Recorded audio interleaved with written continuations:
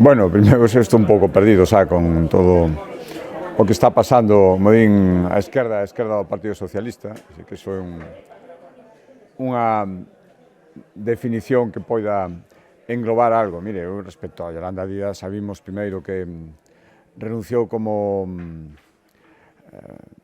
lideresa, como máxima responsable de Sumar cando foron as europeas, pero non se foi do goberno, non se foi de ninguna responsabilidade. Ahora di que non vai encabezar esa confluencia que están falando, que polo que se di ninguén llo pedira tampouco, pero tampouco aclara moito cal é o seu futuro. Por tanto, eu creo que é botar todavía máis confusión o que se está moi confuso, e cando alguén ten moita confusión,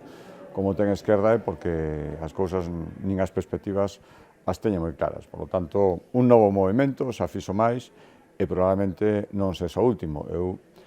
En Galicia, a última vez que se someteron ao veredicto das urnas,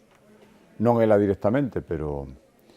si unha candidata que traballaba con ela moi directamente e con implicación da propia Yolanda Díaz na campaña,